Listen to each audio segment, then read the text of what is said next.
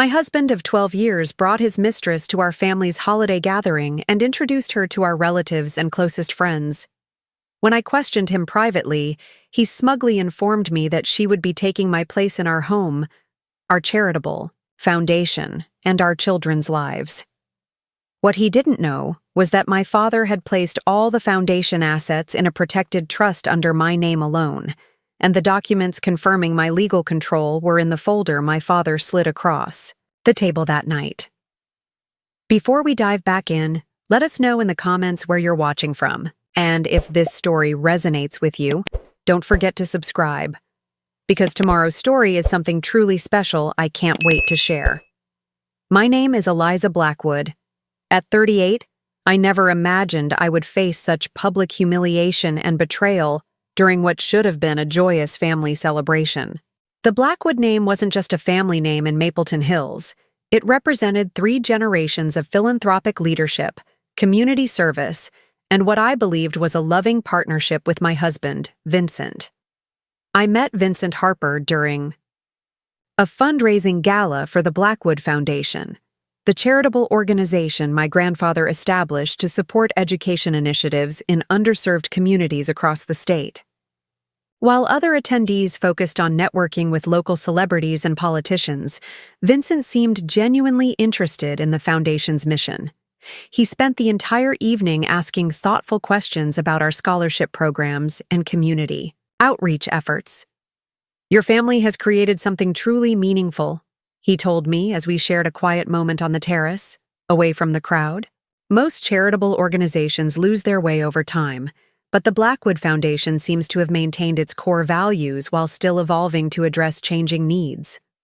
I was immediately drawn to his apparent sincerity and what seemed like genuine interest in my family's legacy.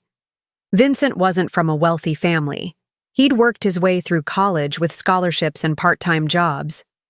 His background as the son of a high school teacher and a nurse made his polished manners and business acumen even more impressive.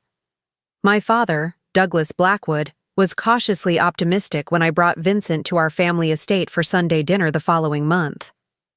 Dad had built the foundation from the small initiative my grandfather started into one of the region's most respected charitable organizations. He believed deeply that wealth carried responsibility, and he had instilled that value in me from childhood.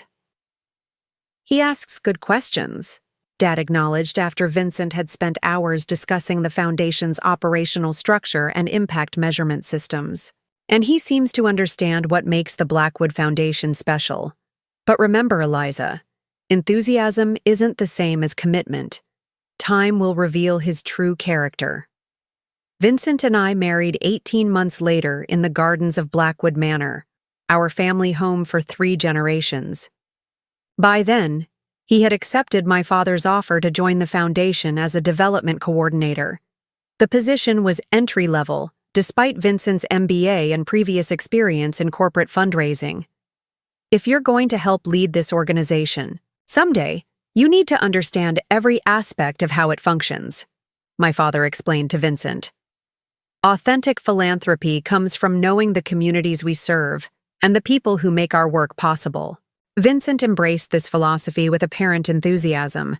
He arrived early each day, often joining the community outreach team for their morning meetings. He spent weekends reviewing grant applications and researching innovative education programs that might enhance our impact. Within 3 years, he had earned a promotion to department director, gaining the respect of both the board and our partner organizations. When I became pregnant with our twin daughters, Lily and Sophie, Vincent was supportive beyond my expectations. He adjusted his schedule to accompany me to appointments, researched child safety products obsessively, and even took cooking classes to prepare healthy meals during my difficult pregnancy. During a complicated 3rd trimester that left me on bed rest, he stepped up to manage both my responsibilities at the foundation and the household arrangements. "You focus on growing our family," he insisted, bringing me breakfast in bed each morning. "I'll make sure everything else runs smoothly." The girls were born in spring 2012, and the early years of parenthood coincided with a significant expansion of the Blackwood Foundation's programs. While other nonprofits struggled during economic uncertainty, we maintained our commitments to scholarship recipients and community partners. My father, Vincent, and I took modest stipends rather than the full compensation we could have drawn, redirecting those funds to keep our programs fully operational. "We don't abandon our commitments when times get tough," my father declared during a tense board meeting when budget cuts were proposed. "The communities we serve are counting on us." It took a lot of care and time to prepare and narrate this for you, so if you're enjoying it, a quick subscribe really helps and means the world to us. All right, let's get back to it. Vincent supported this decision publicly, though privately he expressed frustration. "We could streamline operations and maintain our core programs," he argued during one late-night discussion in our home office. "Temporary reductions in some of the smaller initiatives would position us to recover more quickly when donations increase." "That's not how the Blackwood Foundation operates," I reminded him. "Our consistency is what builds trust in the communities we serve. That trust is our most valuable asset." He conceded the point, and together we developed alternative approaches that preserved our commitments while reducing administrative costs. The strategy worked. The foundation weathered the economic downturn without cutting programs, and donor loyalty translated to increased support when conditions improved. By the twins' 7th birthday, both the foundation and our family seemed to be thriving. Vincent had been promoted to operations director, overseeing multiple departments with impressive results. His innovative fundraising approaches had increased our endowment substantially, and his community partnership initiatives had expanded our impact in remarkable ways. At home, Vincent appeared to be an engaged father who never missed a school, play, or soccer game. He coached the girls' chess club and helped them create science fair projects that consistently won awards. Our family vacations, simple trips to national parks or visits to historical sites, were filled with laughter and learning. We seemed to have achieved the perfect balance of professional impact and family happiness. I couldn't have imagined then how dramatically everything would change, or how the foundation values my father had instilled in me would be tested by the very man who claimed to share them. If you're enjoying this story so far, please hit that like button and leave a comment letting me know if you've ever had your trust betrayed by someone close to you. Your support means everything, and I read every comment. Now, let's continue with what happened next.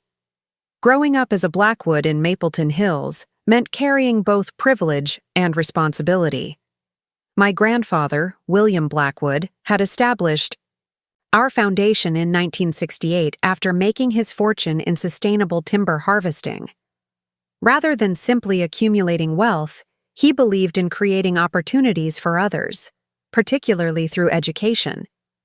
My father, Douglas, transformed the small initiative into the region's premier charitable organization, funding everything from preschool literacy programs to vocational training and university scholarships. Our family home, Blackwood Manor, a restored colonial estate on Willow Creek Drive, had been purchased when my grandfather received his first major timber contract. I spent my childhood exploring its spacious rooms, hiding in the library with books while my father met with community leaders in his sunlit study.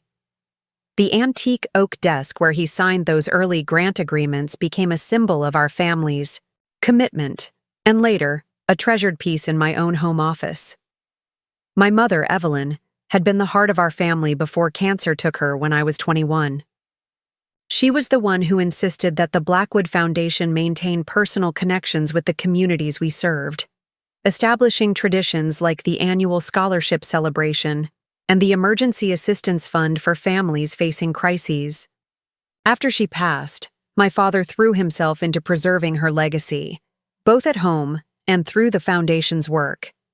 Philanthropy isn't just about writing checks, he would tell me during our weekend visits to foundation-supported community centers.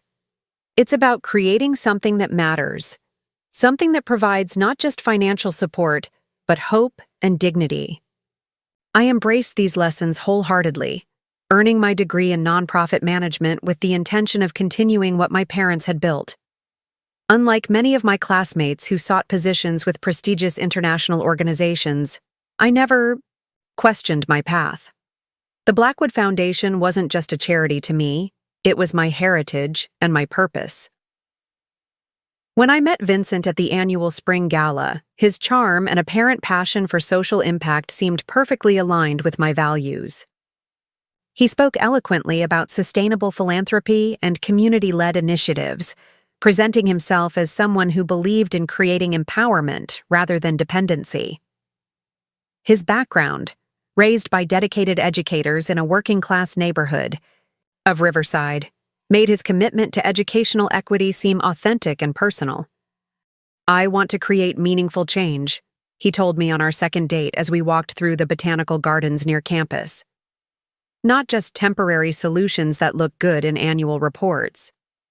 My father approached our relationship with characteristic thoughtfulness. He spent hours showing Vincent around our partner schools and community centers, introducing him to scholarship recipients whose lives had been transformed by the Foundation's support. Vincent asked insightful questions, seeming genuinely moved by the stories he heard. "He understands the impact of our work," my father acknowledged one evening after Vincent had joined us for dinner. "And he seems to share our values. But remember, Eliza, people can appreciate the results of hard work without being willing to invest in the process.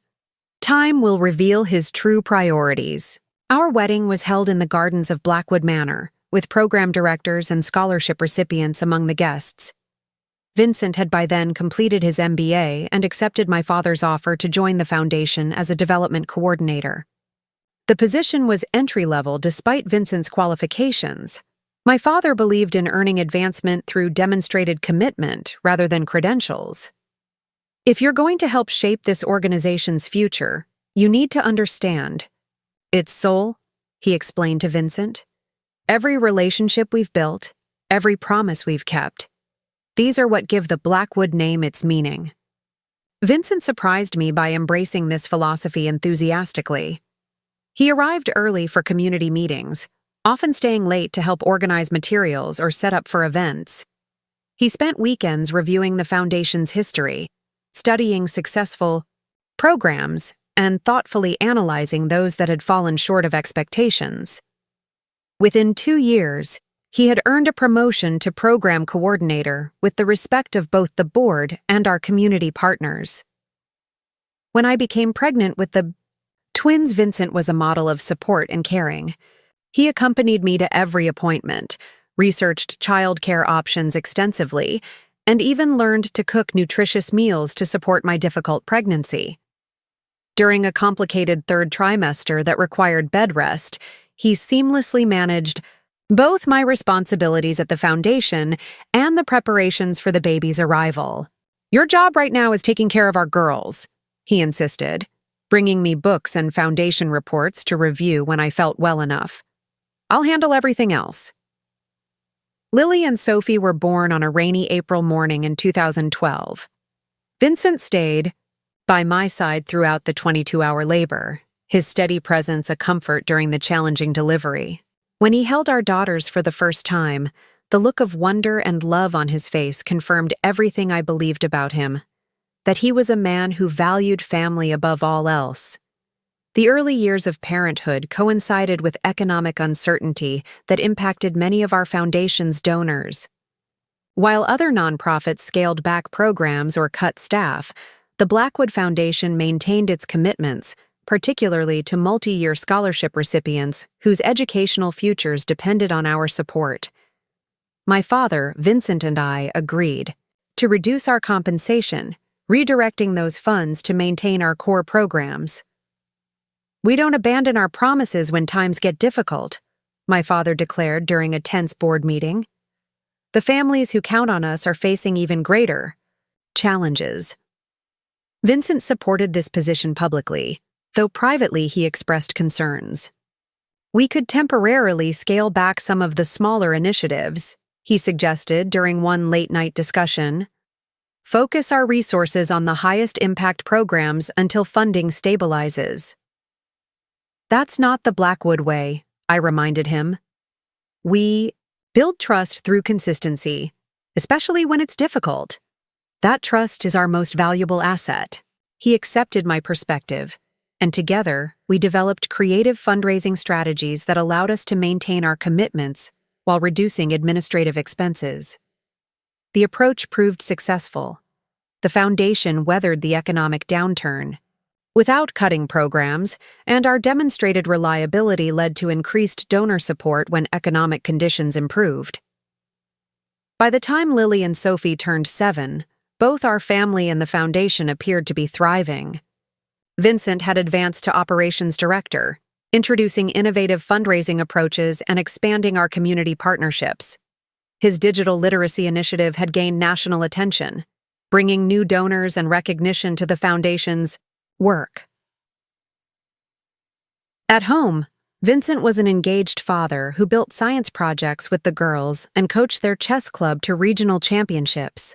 Our family traditions, Sunday hikes in Oak Ridge Park, summer volunteering with habitat restoration projects, holiday cookie baking for community centers, seemed to nurture both our daughters and our marriage. I took incredible pride in how Vincent had embraced the Blackwood values, becoming not just my partner but a true steward of my family's legacy. What I couldn't see then, behind his perfect facade, was how systematically he was preparing to rewrite that legacy entirely, with himself as the central character and my family's generations of work as merely his supporting cast. It took me far too long to recognize that the man I had married wasn't joining my family's mission. He was infiltrating it, studying its every aspect not out of shared commitment, but as reconnaissance for an eventual takeover. The warning signs were there in subtle moments. His growing impatience with my father's deliberate decision-making, his increasing focus on publicity rather than impact, his gradual distancing from the day-to-day community work that had once seemed to engage him so deeply. But like so many who want to believe in the goodness of those they love, I explained away each concerning behavior, rationalized each troubling comment, until the truth became impossible to ignore in one devastating moment of betrayal. When I finally obtained the raw data on grant allocations and program outcomes, the results were alarming. We had shifted funding away from smaller, community-based organizations toward larger, more established institutions with national profiles. Our scholarship program, once focused on students with financial need from our local communities, had been quietly restructured to favor exceptional talent, regardless of financial circumstances, effectively redirecting resources away from those who needed them most. When I presented these findings at the next executive meeting, Vincent was prepared. Before I finished speaking, he distributed a glossy report titled Blackwood Foundation, Strategic, Advancement and Modern Impact. Eliza's concerns about our evolving grant strategy reflect her deep personal connections to our traditional partners, he began, effectively dismissing my data-driven presentation as emotional attachment.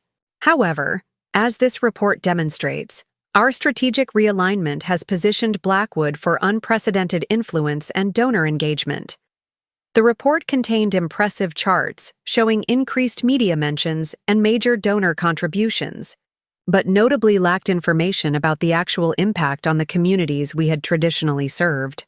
By the meeting's end, my concerns had been reframed as resistance to positive change, and Vincent once again appeared as the visionary leader guiding the Blackwood Foundation into a more influential future. That evening, I found Vincent in his home office reviewing documents that he quickly minimized when I entered. When I tried to continue our discussion from the meeting, he sighed with exaggerated patience. "You're too emotionally attached to the old ways of doing things," he said, barely looking up from his computer. "Your father built a nice regional charity, but I'm transforming it into a national philanthropic leader. Sometimes that requires difficult decisions." "Decisions that contradict our founding principles?" I challenged. Vincent finally looked at me directly, his expression a mixture of pity and condescension. "Principles don't secure major grants, Eliza. Results do. The board understands this, even if you don't." I left his office feeling dismissed and belittled. Later that night, I noticed Vincent taking a phone call in the garden, speaking quietly with frequent laughter. When I asked who had called so late, he mentioned a potential corporate donor in another time zone. I accepted his explanation, ignoring the unease that had been growing within me. The following weeks brought more concerning developments. Vincent scheduled several foundation trips that coincided with important family events: Lily's piano recital, Sophie's science fair, even my birthday. Each absence came with plausible foundation justifications and expensive gifts upon his return, as if jewelry could replace his presence. Perhaps most troubling was how Vincent began subtly turning the twins against me. He would return from trips with extravagant presents and plans for exciting outings, positioning himself as the fun parent while I maintained homework schedules and reasonable bedtimes. When I expressed concern about the girls' growing materialism, he accused me of jealousy. "They're just excited that one of us has ambitions beyond maintaining family traditions," he remarked after I questioned the appropriateness of the designer clothing he had given our 10-year-old daughters without consulting me. The girls, navigating the complex terrain of pre-adolescence, were susceptible to this manipulation. Lily especially began mimicking Vincent's dismissive attitude toward me, rolling her eyes when I spoke about the foundation's history or family responsibilities. Sophie remained more connected to me, but even she was drawn to the excitement and status Vincent's new lifestyle promised. My father observed these dynamics with increasing concern during his weekly dinners with us. One evening, after Vincent had taken the twins to an exclusive children's event at the art museum, Dad finally voiced what I had been trying to ignore. "Vincent is systematically undermining you, Eliza, at home and at the foundation. You need to ask yourself why." "He's just ambitious," I defended weakly. "He wants the foundation to grow and the girls to have advantages we didn't." My father's expression was pained. "Your mother and I gave you every advantage that matters: love, education, values, purpose. Vincent is teaching the twins that things matter more than people, that image matters more than integrity. Those aren't advantages, they're handicaps." His words resonated more than I wanted to admit. That night, unable to sleep, I went to our home office to review some foundation files. Vincent's laptop was open on the desk, his email visible on the screen. I had never invaded his privacy before, but something, intuition or self-preservation, made me look closer. The email thread displayed was between Vincent and our foundation's legal counsel, discussing revisions to the organization's executive structure. Attached was a draft proposal that would dramatically increase the operations director's authority while reducing the executive director's role, my position, by a corresponding amount. The justification cited the operations director's primary role in recent growth initiatives and the need to align leadership authority with actual operational direction. As I scrolled through the email history, another name caught my eye: Cassandra Winters, copied on several exchanges with Vincent, introducing her as our strategic advancement consultant. Her responses were knowledgeable about Blackwood Foundation, internal operations, information that would normally be highly confidential. A quick search of her name in Vincent's email revealed hundreds of exchanges going back nearly a year. Their tone shifted from professionally cordial to increasingly personal, with recent messages including dinner plans, hotel reservations, and discussions about a shared future. One email from just 2 days earlier made my blood run cold. Final. Steps in place. Legal confirms the trust amendment can be enacted with board approval. Holiday announcement prepared. Looking forward to finally making our partnership official in every sense. See. I sat frozen, connecting pieces that had been in front of me for months. The mysterious strategic consultant whose reports always supported Vincent's positions. The business trips that coincided with suspicious gaps in communication. The gradual isolation from my support network at the foundation and systematic undermining of my authority. Vincent wasn't just having an affair. He was orchestrating a complete takeover of the Blackwood Foundation, using my family's legacy as both the setting and the prize for his betrayal.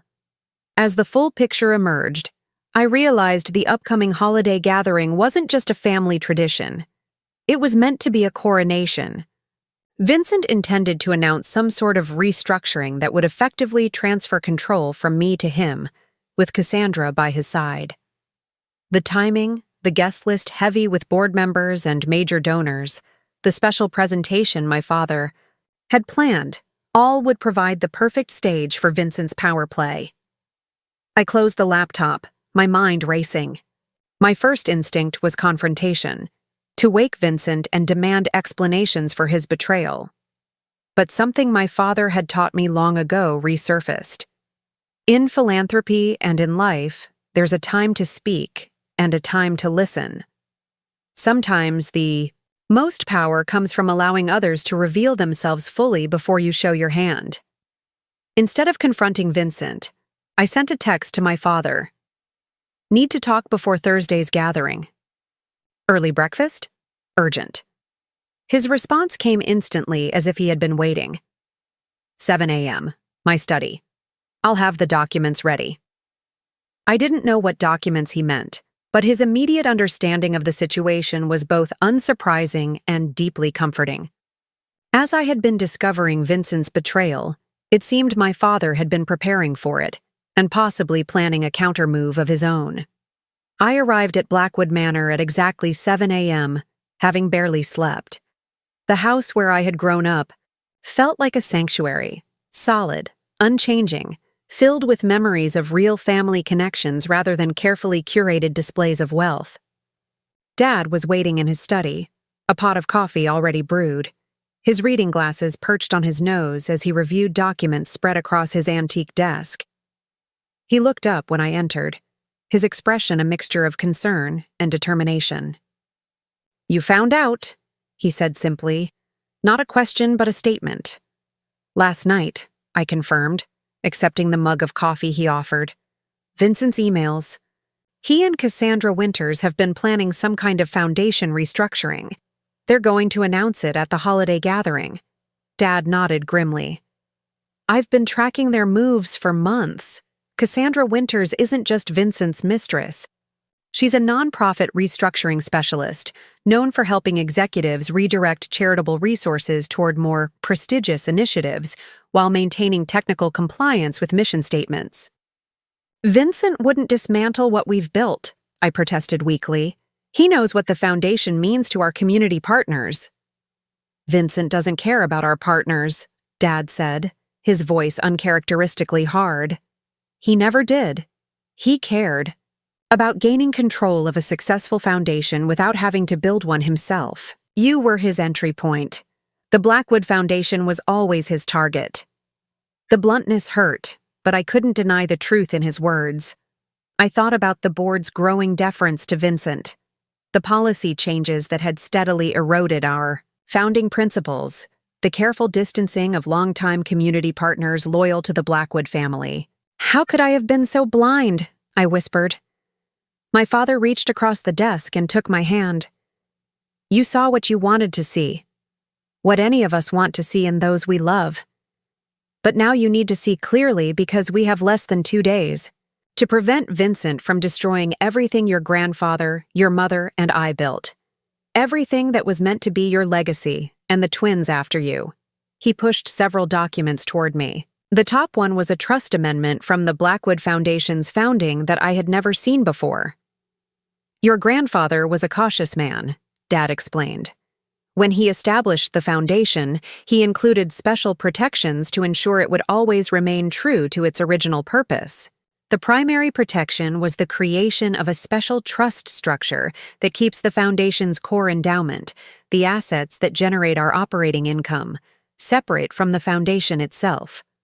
The separate trust," my father continued, "is controlled by a trustee, always a direct Blackwood descendant, who must approve any significant changes to foundation governance or mission."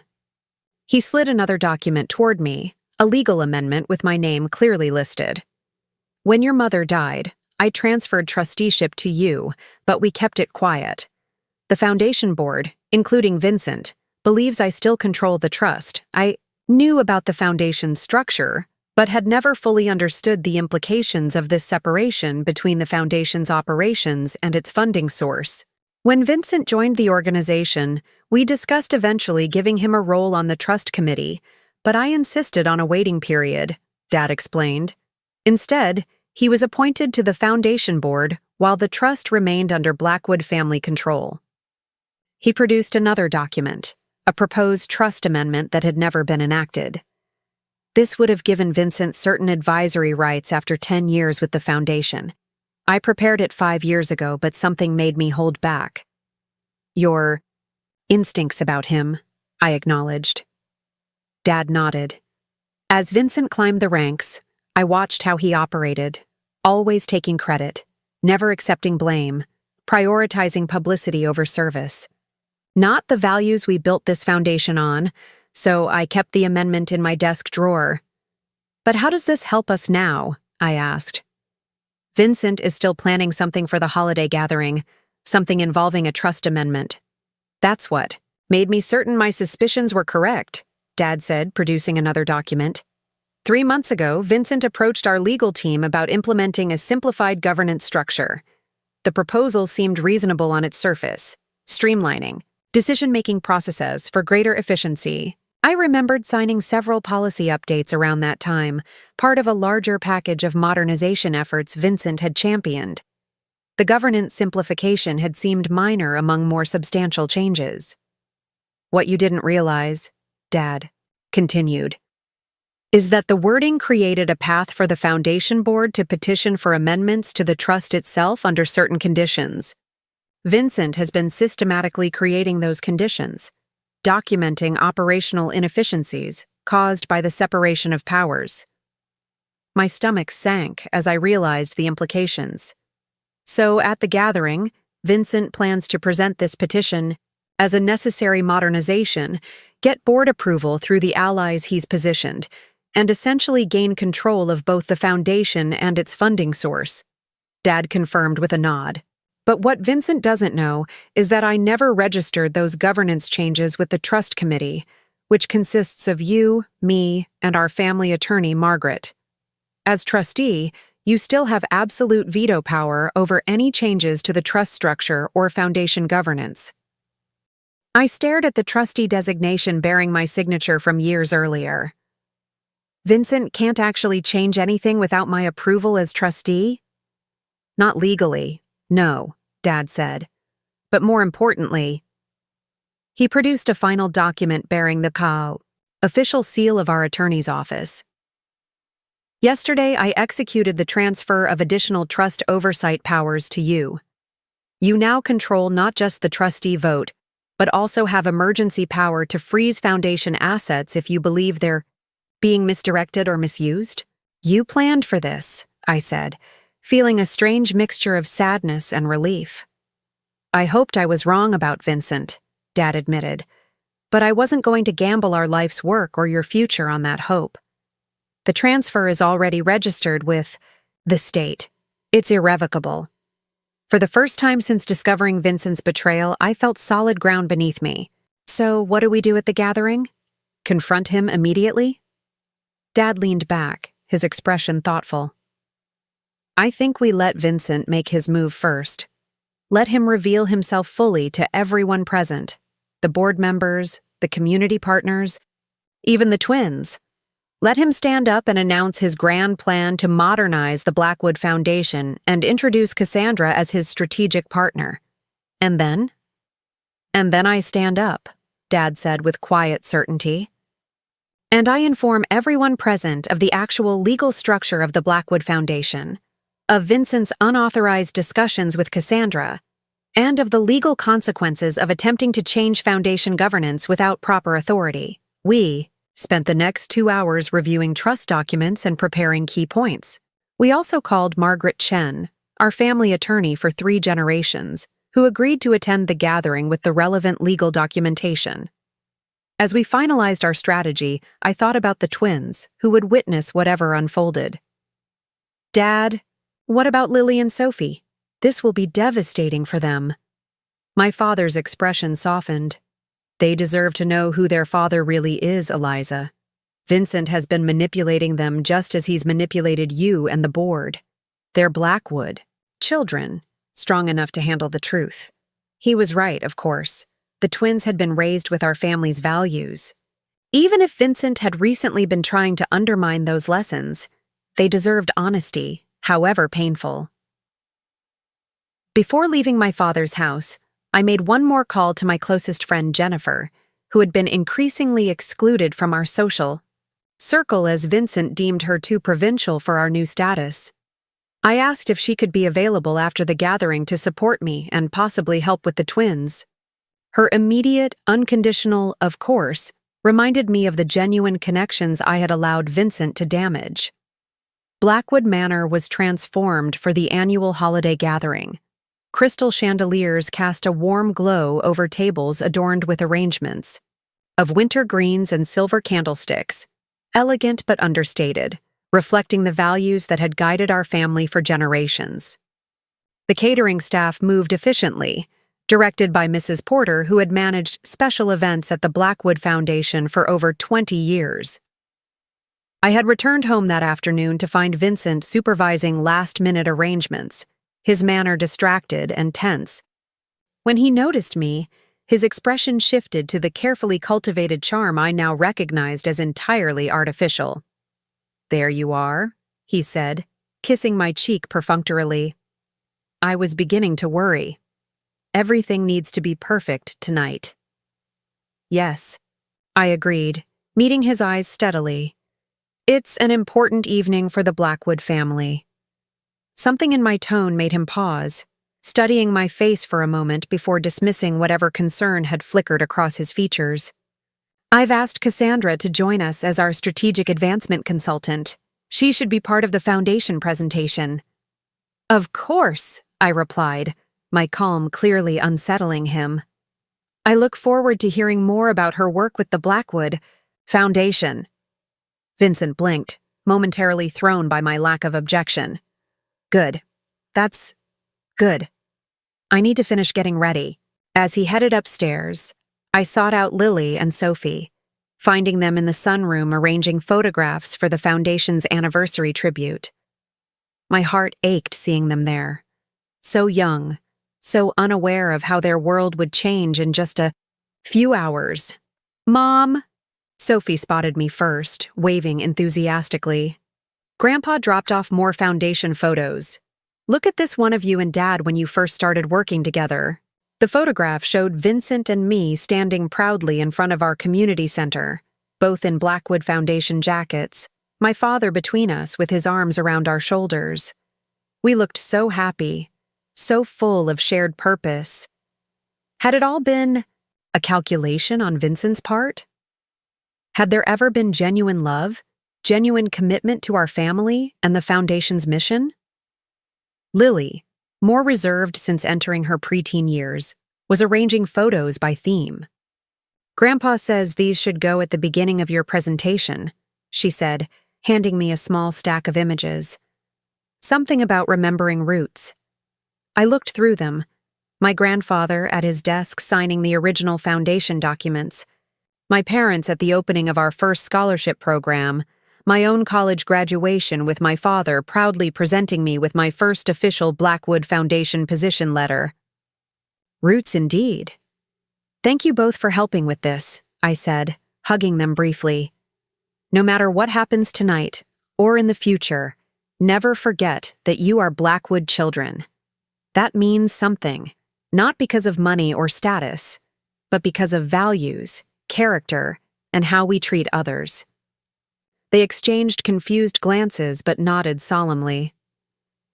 By 7 o'clock, guests had begun to arrive, board members in formal attire, longtime community partners and their families, major donors who had supported our work for decades. I greeted them in the grand foyer, conscious of Vincent watching me from across the room, Cassandra now by his side in an elegant green dress that strategically outshone my own burgundy cocktail dress. My father arrived exactly on time, accompanied by Margaret, Chen, our attorney. They greeted me warmly, with Margaret discreetly confirming that she had all necessary documentation in her briefcase. As we moved into the main reception hall, I noticed several board members watching our interaction with curiosity. Vincent had been gradually isolating me from the legal team for months, and this visible alliance was clearly unexpected. Dinner proceeded according to plan, with 3 courses served as guests, mingled and reminisced about the Foundation's impact. Vincent, seated between me and Cassandra at the head table, grew increasingly impatient, checking his watch and exchanging meaningful glances with Cassandra. My father, seated opposite us, maintained a pleasant conversation with board members, while periodically catching my eye with reassuring nods. After dessert was served, Vincent signaled to the staff to prepare for presentations. The lights dimmed slightly as a projection screen descended at the front of the room. Vincent stood, tapping his glass for attention. "Distinguished guests, loyal supporters, and friends," he began, his voice carrying the practiced cadence of someone who had rehearsed extensively. "We gather tonight to celebrate not just another year of the Blackwood Foundation's work, but to mark a turning point in our organization's history." Polite applause followed as Vincent clicked to the first slide, a photo of my grandfather in his original office. From humble beginnings, the Blackwood Foundation has grown into a regional leader in educational philanthropy. And tonight, I'm excited to announce that we stand on the threshold of an unprecedented opportunity for growth and impact. The next slide displayed a sleek new logo design with Blackwood Advancement Initiative, replacing our traditional name. A murmur ran through the crowd as longtime partners recognized the significant rebranding. In today's competitive philanthropic landscape, modernization is essential for continued relevance, Vincent continued smoothly. After months of careful analysis, I'm pleased to present a strategic restructuring that will position us for national recognition and substantially increased funding. He clicked to a slide showing ambitious growth projections with dramatic upward trends. The board will receive formal restructuring documents tomorrow, but as operations director with delegated authority for strategic planning, I'm proud to share our vision tonight. Cassandra nodded encouragingly beside him, her hand resting possessively on the table near his. "I'd like to introduce Cassandra Winters, who has been instrumental in developing this strategic pivot," Vincent continued. "Cassandra will be joining our leadership team as co-director of advancement as we implement these exciting changes." Cassandra stood, her professional smile not quite masking the triumph in her eyes. "Thank you, Vincent. I'm excited to help guide the Blackwood Foundation through this transformation. While we'll naturally be focusing our resources more strategically, we anticipate maintaining connections with the community while expanding our national profile." The euphemism wasn't lost on our longtime partners present. Focusing resources more strategically clearly meant cutting support to smaller local organizations in favor of more prestigious national initiatives. The room had grown uncomfortably quiet, all eyes now moving between Vincent and me, waiting for my reaction. Vincent turned to me with a smile that held both challenge and warning. "Eliza, as someone who has carried the Blackwood legacy forward so capably, would you like to share a few words about this exciting new chapter?" It was the moment of truth, the public handover Vincent had orchestrated where I would either acquiesce to his plan or be portrayed as emotionally reactive for opposing it. He clearly expected either compliance or an outburst, both of which would serve his purposes. I stood slowly, straightening my shoulders and meeting his gaze directly. "Actually, Vincent, I believe my father would like to address the room first, as founder's son and chairman emeritus of the Blackwood Foundation." Confusion flickered across Vincent's face as my father rose from his seat, command naturally emanating from his tall figure and dignified presence. "Thank you, Eliza." Dad nodded to me before turning his attention to the assembled guests. "I've listened with interest to my son-in-law's announcement. It's certainly unexpected." His dry tone drew nervous laughter from some guests. Vincent's jaw tightened visibly. "Before we proceed with celebrating this supposed restructuring," Dad continued, I believe it's important to clarify a few legal matters. He gestured to Margaret, who produced a folder of documents. First, regarding the delegated authority Vincent Harper referenced, I have here confirmation from our legal counsel that this delegation was specifically limited to operational procedures, not governance or mission changes. As board chairman, I never approved expanded authority. Vincent's face drained of color. That's a technicality. The board approved the concept. Second, Dad continued as if Vincent hadn't spoken, I have here the current trust documents of the Blackwood Foundation showing the legal separation between the Foundation's operations and its endowment trust. As you can see, Eliza Blackwood Harper now controls the trust as sole trustee, which means she alone has approval rights for any significant organizational changes. He handed the document to the nearest board member, who reviewed it with widening eyes before passing it to others. This means any rebranding, restructuring, or leadership change requires the explicit written approval of the trustee, making any agreement signed without her approval legally void. Cassandra's hand had withdrawn from Vincent's vicinity. Her calculating eyes now assessed the shifting power dynamics. Vincent himself seemed frozen in disbelief. Finally, Dad concluded, I have documentation of unauthorized discussions with an outside consultant, conducted without board knowledge or approval, which may constitute a breach of fiduciary duty and violation of confidentiality agreements signed by all Foundation executives. The silence in the room was absolute, as my father turned to face Vincent directly. So, son, unless you have trustee approvals and properly executed agreements that I'm unaware of, it appears you've significantly overstepped your authority. All eyes turned to Vincent, whose confident facade had crumbled entirely. He looked frantically at Cassandra, who was already edging away from the head table, her expression now carefully neutral.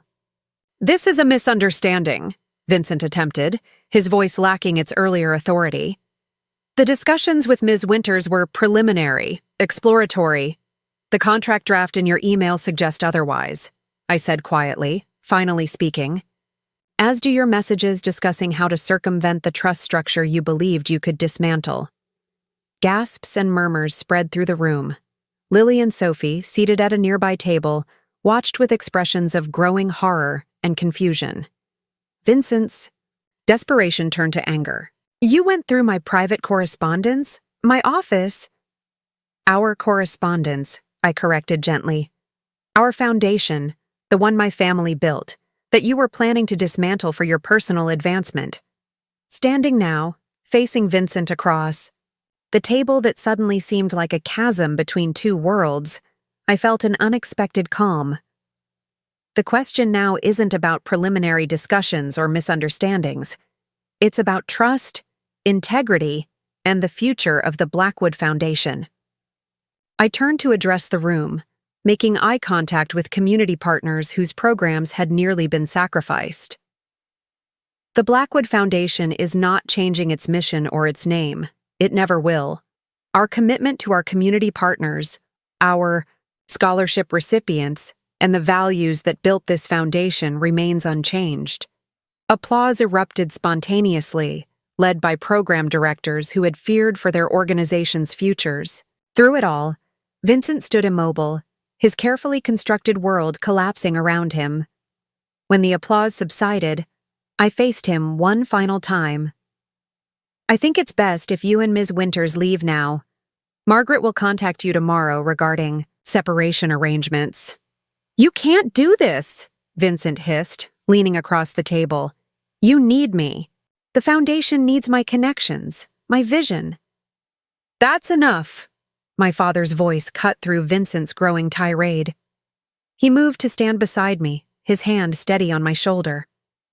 You've revealed yourself quite thoroughly tonight, Vincent.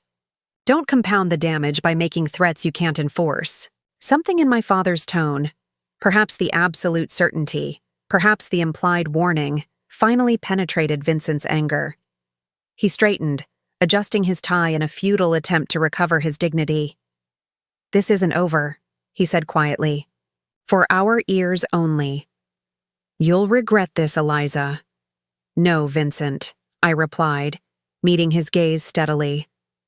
"The only thing I regret is not seeing you clearly years ago. Goodbye." As Vincent and Cassandra made their awkward exit, the room buzzed with shocked conversations. I immediately sought out Lily and Sophie, who sat stunned at their table. Kneeling between their chairs, I took their hands in mine. "I'm so sorry you had to witness that," I said gently. "Your father made some decisions that have hurt our family and threatened many people whose work depends on the foundation. There will be difficult days ahead, but we will get through them together." Sophie's eyes filled with tears. "Dad really tried to change the foundation? What about all the people who count on our help?" "He did," I confirmed, not sugarcoating the truth. "But the foundation is safe now, and so are our community partners." Lily, always quicker to anger than her sister, looked toward the door where Vincent had exited. "He was using us, wasn't he? All those expensive gifts, all those promises, they were just to make us take his side." Her perception hurt my heart, but confirmed that at 10, she was already developing the discernment I had somehow lost along the way. "Your father loves you in his way," I said carefully. "But yes, he's been trying to influence you against me and against the values this family stands for." My father joined us, placing his hands on the twins' shoulders. "Blackwood children are made of stronger stuff," he reminded them, echoing words he had said to me countless times throughout my life. "We face hard truths, we protect what matters, and we always take care of our community." The remainder of the evening transformed into something unexpected. Not the celebration of a foundation restructuring, but a reaffirmation of what the Blackwood name had always represented. Board members approached to pledge their support. Program directors shared their relief and gratitude. Even as the logistics of unwinding Vincent's damage loomed before me, I felt a foundation beneath my feet that had been missing for too long. Later that night, after guests had departed and the twins had finally fallen asleep, my father and I sat in the library where just 24 hours earlier, Vincent had been secretly speaking with Cassandra. "How did you know?" I asked, the question that had been on my mind throughout the day. "About Vincent, about what he was planning. You were prepared before I ever discovered anything." Dad looked up at the portrait of my mother that hung above the fireplace, his expression thoughtful. I recognized something in him that I've seen before in philanthropy. People who want the recognition without the service, the status without the sacrifice. He smiled sadly. "Your mother would have spotted it immediately. She always said you had my mind, but her heart. Brilliant at governance, but eager to see the best in people. It's not a weakness, Eliza. It's what makes you a better leader than I ever was. You just needed to learn when to protect that heart from those who don't deserve it." We sat in comfortable silence for a while, the weight of the day settling around us. Tomorrow would bring lawyers and restructuring, explanations for the twins, and decisions about the future. But tonight had brought clarity and with it, an unexpected sense of freedom. When Vincent said, "She'll be taking your place," he thought he was announcing my replacement, I reflected. What he didn't understand is that my place, my real place, was never just as his wife. It was as a Blackwood, as my father's daughter, as my children's mother, as the guardian of something built with integrity over generations. Dad reached over and squeezed my hand. "And no one," he said firmly, "absolutely no one could ever take that from you." As we sat together in the quiet library, I felt the truth of his words settle deep within me. Vincent had brought his mistress to our family gathering and smugly declared she would take my place. But when my father stood up, everything had indeed changed. Not in the way Vincent intended, but in the way the Blackwood family had always faced challenges. Together, with courage, integrity, and an unshakable commitment to what truly matters. The weeks following the holiday gathering brought profound changes to both my personal and professional life. Vincent moved out the following day, taking only his personal belongings. Through attorneys, we began the process of untangling our marriage and establishing a new co-parenting arrangement that would provide stability for the twins. The foundation underwent its own healing process. I called a special board meeting where we reaffirmed our core mission and reinstated several community partnerships that Vincent had begun phasing out. Margaret Chen helped us strengthen governance, procedures to prevent future attempts at mission drift, while my father worked closely with staff to restore trust and morale. The most challenging aspect was helping Lily and Sophie navigate their new reality. While they understood at an age-appropriate level what their father had done, they still loved him and grieved the disruption to their family. We arranged for family therapy, both to process the betrayal and to establish healthy boundaries for their continued relationship with Vincent.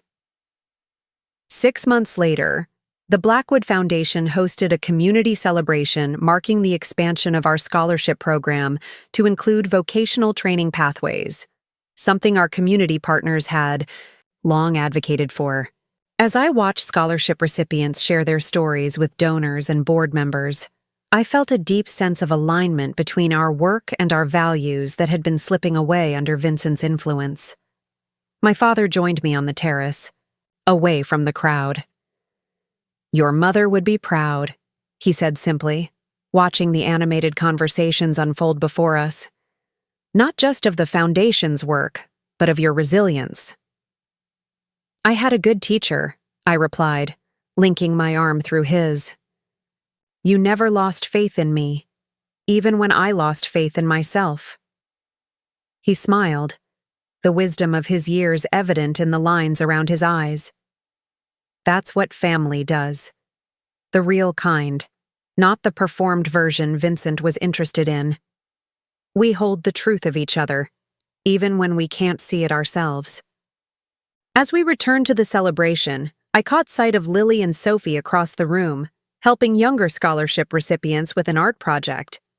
They were laughing, engaged, showing the natural empathy that was their birthright as Blackwoods. Whatever happened with their father in the years to come, I knew they were building their own understanding of what truly matters. Not possessions or appearances, but connections, purpose, and integrity. The path forward wasn't perfect or without complications. Vincent remained in our lives through the children, though in a carefully bounded way. The foundation continued to face challenges in an increasingly competitive philanthropic landscape. And I had my own healing to do, learning to trust my instincts, again after doubting them for so long. But as my father had reminded me on that pivotal night, Blackwood children are made of stronger stuff. We face hard truths, we protect what matters, and we always take care of our community, the true place no one could ever take from us. Coming up next, you'll see 2 more stories we handpicked just for you. If this one struck a chord, you're going to love what's next. Tap to keep the journey going.